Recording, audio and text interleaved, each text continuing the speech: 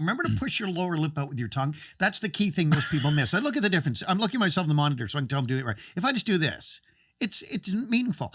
But this is way more meaningful if I go.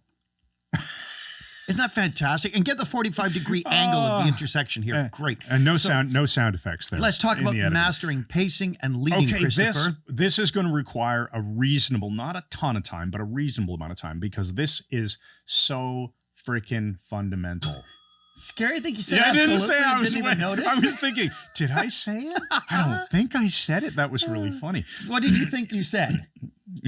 This is so freaking fundamental. I thought you say fun. This is fundamental. Okay. All right. So I think there's practically, in fact, I'm just going to say this. Yeah. I was reviewing some material online about pacing and leading, and I found a really nice video from our friend Anthony Jacquin. I think it was about 5 or 6 years old. 5 or 6 years old. 5 or 6 years ago. The video is 5 or 6 years old now. He wasn't 5 or 6 at the time. No, Anthony was great. He was sitting there, not pontificating. He was eloquently speaking about how when he was learning hypnosis and the Ericksonian style and the different styles, he thought, oh, you have to learn all these language patterns, right? And that's fine. It's great to learn language patterns. They do give you more salt and pepper to put on your meal, metaphorically speaking, let's say. Losing the thread. But he said pacing and leading is like the skill to have. If you're going to take one thing from the Ericksonian foundational skill set, it's pacing and leading. That's interesting. That's interesting. You know what I'm seeing right away? Remember I studied Aikido with Abata Sensei, and it was, it's if your opponent pulls you, push him. If your opponent pushes you, turn. And this is fundamental. And you know from your jiu-jitsu training, the same thing, right? These are fundamentals. If you don't have them in place, the rest of the stuff will be way more difficult. Yeah. So Interesting. pacing and leading, we've got some interesting things here because we do. So pacing and leading, like Jack the Leader. We start off. Pacing simply means, how about you describe, what is a pacing statement? Well, it's a metaphor, really, because if two runners run together, they have to run in pace, which doesn't necessarily mean the same length stride, but they're going at the same speed, so they can still communicate with each other. When you pace someone, you're taking on their version of reality, their model of the world. You're entering into it and building a psychodynamic loop, which is then going to enable you to lead. Right. When you then make a shift, they will follow you. So when we talk about it from an NLP perspective, pacing and leading could be mirroring and matching pacing by mirroring. But when we're talking about it from a linguistic standpoint in Ericksonian hypnosis, we're talking about pacing statements and then leading statements. And the pacing statements are simply, we often call them truisms. Things that must be true in the other person's model of the world. Undeniable. Yeah, undeniable. And a simple, starting with the tangible world, we have things like, and you're sitting in that chair right now, Mike, right? Bing. Yeah. And you can feel that hat on your head. Bing. And you can become aware of the lights that are shining on us as we record this podcast. And all of those things are true, right?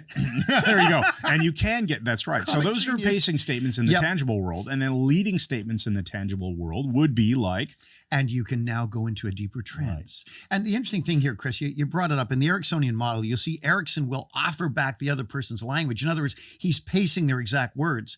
So if the person says, like on the classic Mondi video, she'll say, I'm splashing with abandon, splashing to the ducks with the water.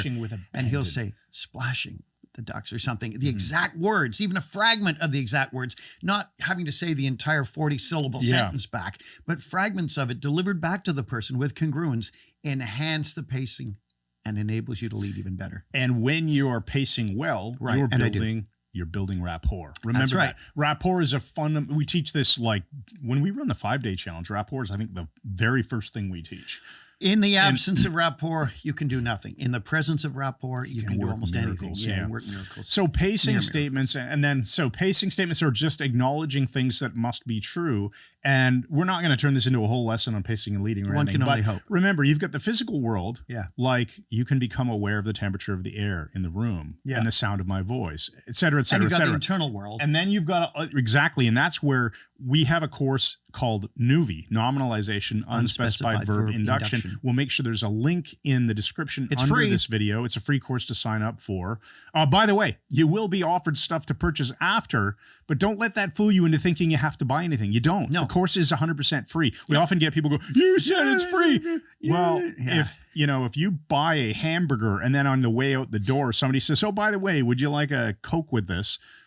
You don't you yell can at them, say "You're no. trying to get me to bite." No, you just walk out and say no. All right. Thanks. So it's good. free course, just to make that clear. It's like a hamburger now. You just hypnotic on me. I'm ordering hamburger stuff. today for lunch.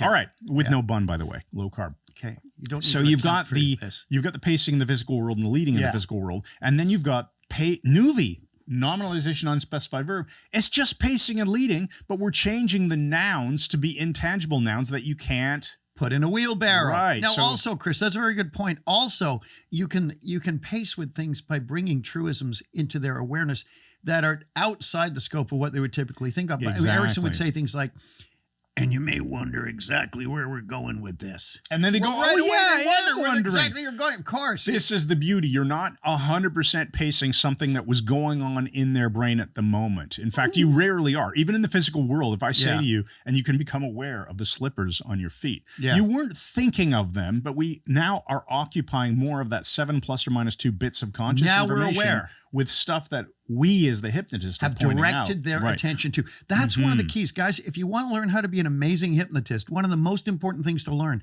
is instead of exerting your will over someone, build a psychodynamic loop of rapport and then direct their attention rather than making a bunch of stupid suggestions. You're getting tired. You're getting sleeper. You're falling asleep. Like that. Suggest. The person can be going, "No, I'm not. No, I'm not. No, direct their attention. Turn your attention internally.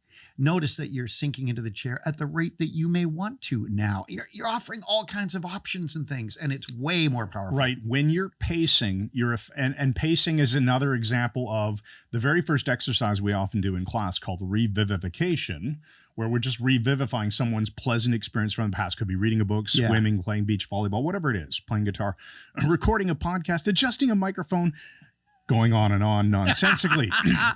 Trying to find your way out of the law. You're offering them, it's a practice exercise to offer truism statements, pacing statements. There is no leading. And what we decided a few years ago is to say, direct their attention, not their action. Right. Direct attention, what they're doing. not action. Pretend you are the cameraman and you're focusing the attention of their brain on what you're pointing out. And that's what pacing statements really are. And so you could pace the physical world, or you can pace their awareness, internal representations.